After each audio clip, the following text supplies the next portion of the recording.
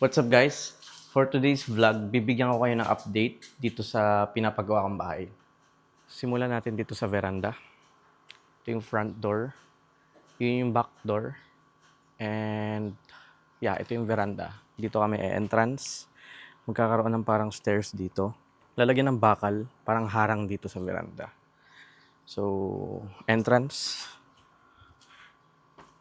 And ganito kaluwag.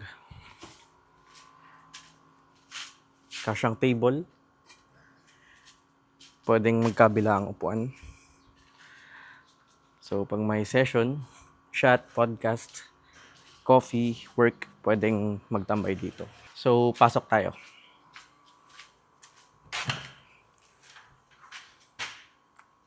Dito naman yung sala. Yan, meron ng ilaw. Close natin yung pinto. Dito yung sofa. Maliit na table. TV. Tapos, kung mapapansin nyo, meron yan. Oh. Ito. The reason why is because lalagyan namin to ng PVC. Sliding. Para hindi lalabas yung aircon. Ditong part naman is yung dining. So, dining table. So, natin ilaw. Dito naman yung kitchen area. May lababo ng isa. Papalagyan pa namin ng isa. Tapos, lalagyan ng stove for cooking. Dito naman space for chopping, ganon-ganon. Lalagyan ng condiments, microwave, oven, plato, baso, mga ganon. Tapos dito naman is yung ref. Meron ng mga saksakan.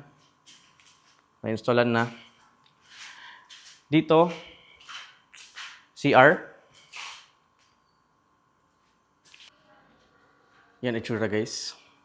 So tara sa mga rooms. So itong room na to, studio room. Lalagyan ko ng office table dyan.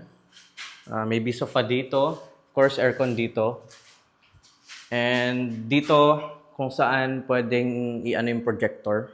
Siyempre, sofa dito, di ba? Pwedeng manood minsan. And pwede rin podcast area. Lalagyan ng bookshelf. Yan, may mga saksakan na rin.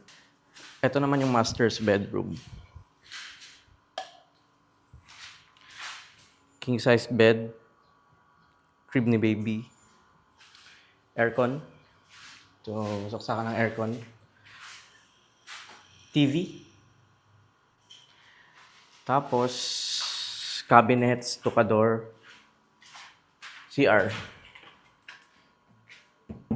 Aluminum yung kinuha namin para matibay. CR. Yan. Ito itsura ng buong master's bedroom. So, sakto lang. Ang next na ipapagawa ko dito, yung kisame. So, malapit na guys. Onting-onti na lang matatapos na to. Kisame, after kisame, tiles. After tiles, pintura. After pintura, mga bintana. Sa lahat. So, makikita nyo guys yung update sa mga vlogs ko. Just stay tuned sa mga videos ko. Pero before ko i-end tong vlog na to, usap-usap muna tayo. So, makikita nyo guys, hindi naman siya malaking bahay. Simple lang siya. Yung mga essentials, sala, kusina, CR, 2 kwarto, isang veranda. Okay lang, hindi pa naman ako mayaman. So sa mga nagsasabi niyan, hambog, maliit naman yung pinagawa, or hindi pa naman naka-sports car, BYD lang naman. Sa mga nagsasabi nun, what's wrong? Nagsisimula pa lang naman ako eh. I'm just starting. 3 years ago, I dropped out of college para mag-start ng business. And I'm just in the process of becoming rich. There's nothing wrong with sharing your small accomplishments with the viewers. So if nainggit ka, pikit ka. If nainggit ka, ibig sabihin, yung insecurities mo is natamaan. Insecure ka sa sarili mo. Bakit? Siguro tatamad-tamad ka. Hindi ka nagte-take action. Tatamad-tamad ka, tapos pag nakita mo yung accomplishments ng ibang tao, maiinggit ka, mag-hate ka, instead of being inspired. Sana naging inspired ka na lang, tapos nag-take action ka para yung buhay mo na shit is magbago din. Stop hating, start being inspired. Okay? So, nagpatayo ako because para maging comfortable, may privacy, makakapag-vlog ako, may safe space. So, di ko naman sinasabi sa mga vlogs ko na mayaman ako, nagyayabang, or pinapakita ko lang kung ano yung meron ngayon. Hindi pa ako mayaman. I'm in a journey of becoming rich. Pero nasa point pa ako ngayon na malayo pa ako doon. Itong pinakita ko sa inyo, hindi sa pagyayabang.